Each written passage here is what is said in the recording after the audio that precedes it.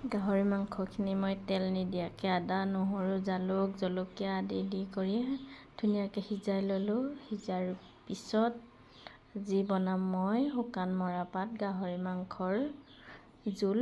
ইয়াতে খাৰ দি ল'লোঁ মই।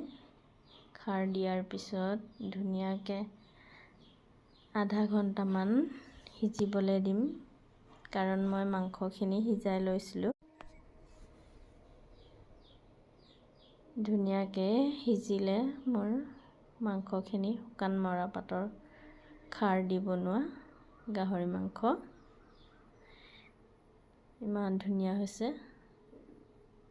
খাই কিন্তু বঢ়িয়া লাগিলে দেই। এইফালে এতিয়া মই আপোনালোকক ভাতৰ থালখন ৰেডি কৰি দেখুৱাম। লগতে কি কি বনালোঁ